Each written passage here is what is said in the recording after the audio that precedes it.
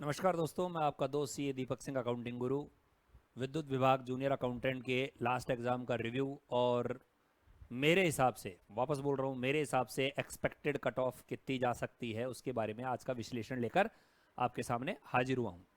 तो सबसे पहले मैं उन सभी स्टूडेंट्स का जो मेरे टच में थे, मैं उनको नमस्कार करता हूँ और स्पेशल थैंक्स मैं कुछ स्टूडेंट्स को देना चाहता हूँ जिनके बार बार रिव्यू से मैं अपने आप को इतना इम्प्रूव कर पाया कि हम लोग कुछ हद तक एग्ज़ाम के लेवल को, एग्ज़ाम के होने वाले लेवल को हम उस तरह से मैच कर पाए और हार्ड तैयारी कर पाए। और उन छात्रों के नाम मैं आपके सामने शेयर करता हूँ: धीरज, बजरंग, फारूक, नीलेश, महावीर, गजानन चौधरी, प्राची, चिराग, विजय, आशु, दुर्गेश, श्वेता। तो ये एक छोटी सी एक लिस्ट है। इन स्टूडेंट ने बहुत बहुत मेहनत करके मुझे मुझे इम्प्रूव करने की कोशिश की कि मैं और ज़्यादा से ज़्यादा अपने आप को इम्प्रूव करके आप सभी छात्रों का भला कर सकूं। तो इन स्टूडेंट्स के लिए एक बार मेरी तरफ से जोरदार तालियां, क्योंकि इन्हीं स्टूडेंट के प्रयासों से मैंने अपने आप को इम्प्रूव किया है। इन्होंने बार बार मुझे फीडबैक दिया और इन क्वेश्चंस के रिव्यू भी मुझे इन्हीं के प्रयासों से मिल पाए। हाँ, पिछले टेस्ट के साथ साथ इस टेस्ट में भी, इस एग्ज़ाम में भी जो थर्ड टेस्ट था उसके अंदर कुछ स्टूडेंट्स का था कि मिला जुला रुख है। देखिए, कुछ स्टूडेंट्स को ये एग्ज़ाम एवरेज लगा, कुछ स्टूडेंट्स को हार्ड लगा। हर एक स्टूडेंट की अपनी मेंटेलिटी होती है, अपनी एग्ज़ाम की तैयारी का लेवल होता है और उसी के अकॉर्डिंग वो अपना फीडबैक देता है। कुछ स्टूडेंट्स को जो प्रैक्टिकल क्वेश्चन है वो बिल्कुल आसान होता है, वो उसे एक थ्योरेटिकली लगता है, और कुछ स्टूडेंट को जिसमें संख्या लिखी हुई आ गई कि 2 रुपए लिखा हुआ आ गया तो उसे प्रैक्टिकल मानता है। तो हर स्टूडेंट का जो बिहेवियर है वो अलग अलग होता है। कुछ स्टूडेंट्स को उसी पेपर में प्रैक्टिकल सवाल लगभग 20 के आसपास लगते हैं, तो किसी स्टूडेंट को वही 20 सवाल 10 के आसपास लगते हैं। तो हर एक स्टूडेंट्स का सोचने का, देखने का नज़रिया अलग अलग होता है। तो इसका मिला जुला रवैया जो स्टूडेंट्स बता रहे हैं अपने परफॉर्मेंस से, अपने रिव्यू से, और मैंने भी जो समझा है वो ये है कि भाई ये जो पार्ट ए है इस वाले में वो तुलनात्मक रूप से सारे स्टूडेंट्स इजी कह रहे हैं मेरे को जो फीडबैक देने वाले हैं। देखिए, आपका क्या व्यू है, आप अपने व्यू को शेयर कर सकते हो, उस पर कोई रोक टोक नहीं है, आप अपना व्यू जरूर बताइएगा।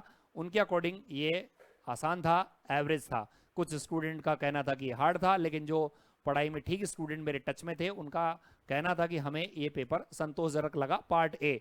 और जैसा कि पिछली बार भी था, पार्ट बी नो डाउट उन स्टूडेंट्स को भी काफ़ी हार्ड लगा। उनका कहना था कि उसके अंदर काफ़ी ज़्यादा जो ईयर्स पूछे गए थे, इस कारण उन्हें पार्ट बी बहुत हार्ड लगा और वो बहुत ही कम क्वेश्चन अटेम्प्ट करके आए हैं ताकि नेगेटिव मार्किंग से वो बच सके।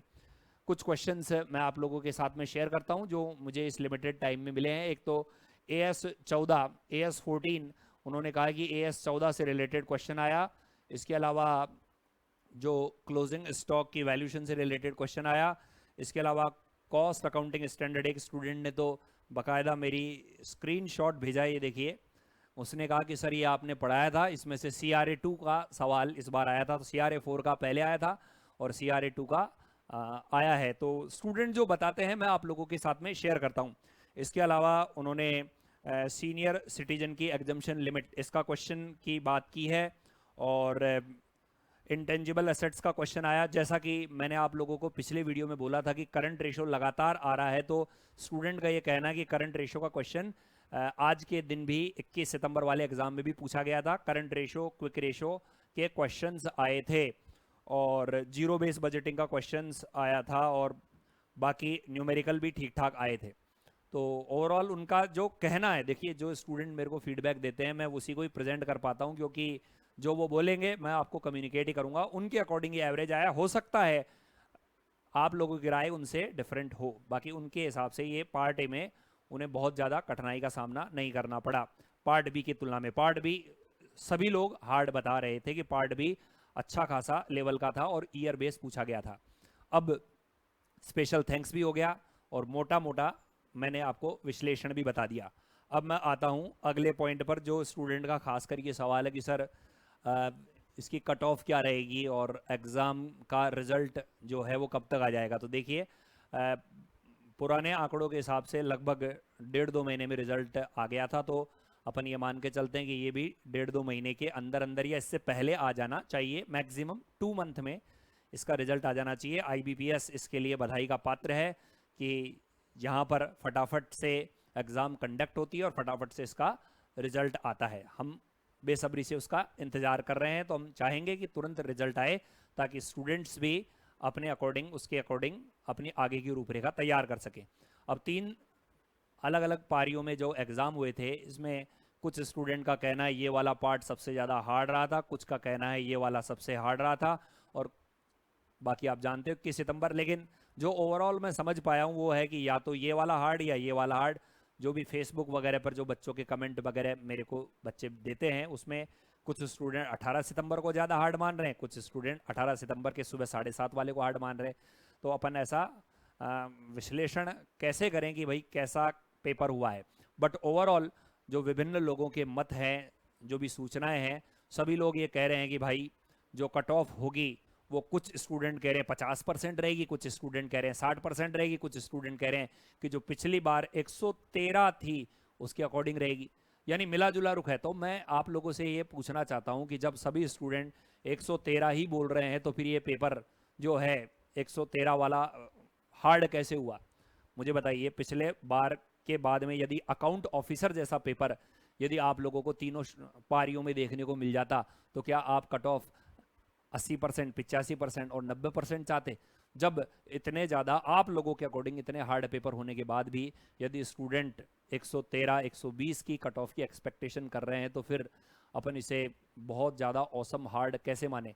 ठीक है, मैं उन लोगों से पूछना चाहता हूं जो ये कह रहे हैं 113, 105। हाँ, यदि आप बोलते कि हाँ 50% रहेगी तो फिर मैं मान सकता था कि भाई पेपर का लेवल बहुत बहुत ज़्यादा हार्ड, क्योंकि इतने ज़्यादा टफ पेपर के बाद भी जब स्टूडेंट्स इतने कट ऑफ की एक्सपेक्टेशन कर रहे हैं तो इसका मतलब है बच्चों ने किस लेवल की तैयारी की होगी। तो अब कई स्टूडेंट का ये भी क्वेश्चन आता है कि सर इसके अंदर कोई नॉर्मलाइजेशन का प्रोसीजर होता है, वो होता है या नहीं होगा, आप इसका भी जवाब दें। तो देखिए, आईबीपीएस संस्था है और इसके बारे में संबद्ध विभाग ही आपको सही उत्तर दे पाएगा कि इसमें नॉर्मलाइजेशन का प्रोसीजर है या नहीं है। मैं इसके बारे में नॉलेज नहीं रखता हूँ, बट मेरा जो विचार है, मेरा जो एक्सपेक्टेशन है, मैं एक हार्ड एंड फास्ट जो है वो कट ऑफ नहीं बता सकता। बट जो स्टूडेंट के रिव्यू आए हैं, टॉपर्स स्टूडेंट्स के भी जो नंबर हैं वो करीब यहाँ तक बैठ रहे हैं, 130 नंबर बैठ रहे हैं मेरे अकॉर्डिंग। 130, अब हो सकता है जो मेरे टच में आए हैं उनके नंबर 130, 135 ही बैठ रहे हों, और जो टॉपर्स स्टूडेंट हो उनके 150 तक चला गया हो। तो मुझे ऐसा लगता है कि जो मेरे टच में इंटेलिजेंट स्टूडेंट है, जिनके कुछ के नाम मैंने आपको शेयर किए थे, उनके 130 से 140 के बीच में बैठ रहे हैं। बाकी अब ये नीचे कितना तक जाएगा वो आप लोग खुद सोच ले कि कितना तक ये नीचे जा सकता है, और मुझे ज़रूर ज़रूर कमेंट करके बताएं। मैंने अपनी ईमानदारी से आप लोगों को अपने साथ में अपने टेलीग्राम चैनल पर अच्छे अच्छे क्वेश्चन जोड़ने का पूरा प्रयास किया है, और नो डाउट जो बच्चों के फीडबैक वगैरह आते हैं, पेपर का लेवल अच्छा था, आईबीपीएस ने अच्छे लेवल के खोद खोद करके इन डेप्थ क्वेश्चन की बच्चों से इंक्वायरी की है, और इसी के कारण पेपर का लेवल ऐसा स्टैंडर्ड का उन्होंने चुनाव किया कि 50,000 बच्चों में से लिमिटेड बच्चों का सिलेक्शन किया जा सके।